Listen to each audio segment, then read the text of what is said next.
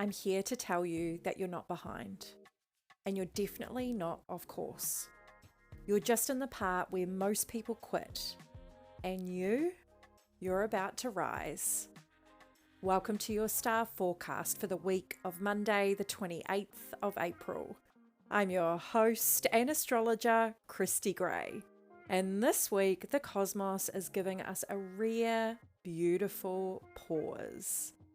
After months of intensity, planetary shakeups, power struggles, and likely personal pivots, we begin the week with a new moon in Taurus, inviting you to do something radical, which is to stop trying and start feeling. So let's start with the astrology of the week. And this week unfolds with the Taurus new moon on Monday at 5:31 a.m. Australian Standard Time. This lunation is about pleasure, presence, and reprioritizing what really matters. It's not here to push you forward, it's here to pull you inward, to celebrate the changes you've made, to sit in your becoming.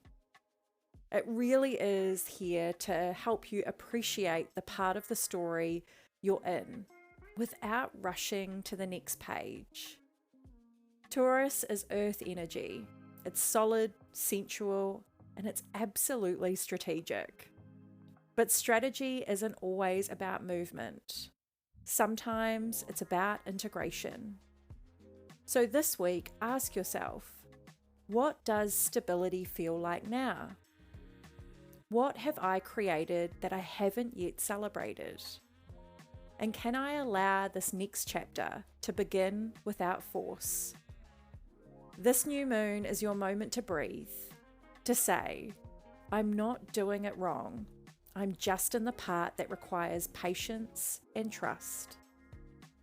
Now, just before this lunation, we experience a powerful confrontation between Mars in Leo and Pluto in Aquarius. The conclusion of a theme that's been playing out since January the 3rd, 2025. This is a final confrontation of power dynamics, especially around control, identity, and collective pressure. So some more questions you can contemplate, reflect on, and ask yourself is, where have I been trying to win when I really needed to let go? What kind of leadership do I want to embody from this point forward? And who am I giving too much power to? And what am I afraid will happen if I take it back? The answer? It will likely feel like clarity, but it could potentially feel like grief. But ultimately, this transit leads to one thing, and that's liberation. Now, by Thursday, things get a little bit spicy.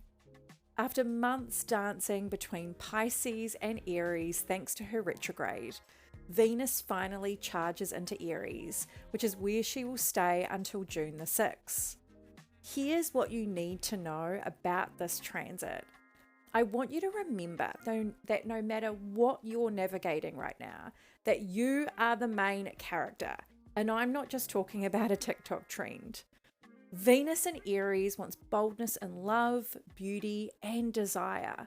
So this is your opportunity. Don't wait for permission. Go after what sets you alight. Also, your passion leads. This is a great time to initiate something that feels aligned with your identity. But remember, you need to entrench it in that creativity and that romanticism that's likely at the epicenter of whatever you're chasing.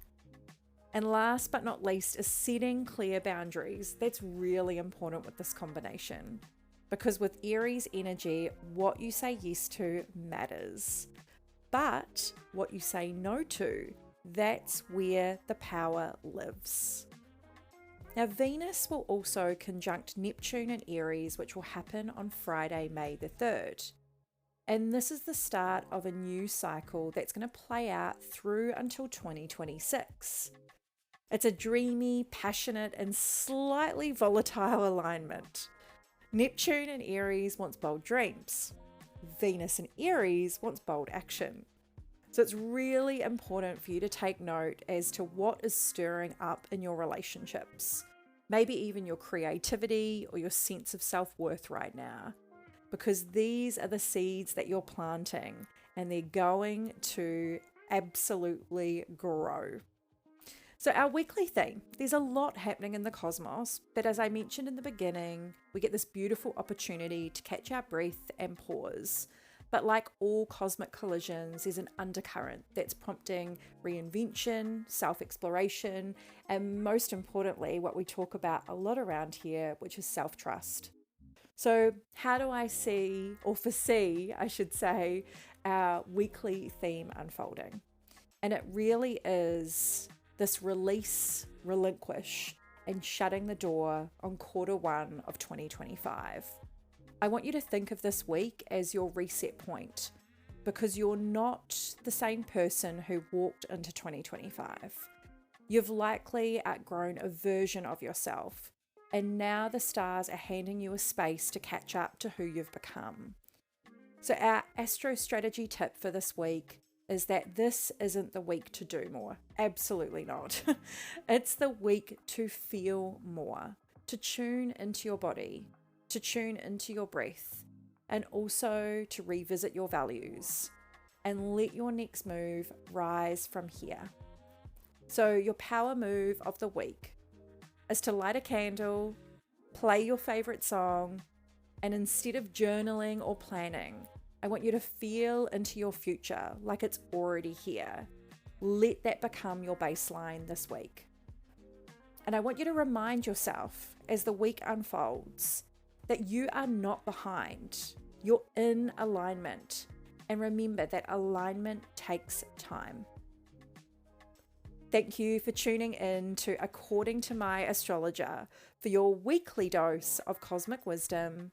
This week is your invitation to rest, reset, and return home to yourself. Your timing is divine. Your presence is powerful. And your future, it's already unfolding. So until next time, keep exploring the stars within and without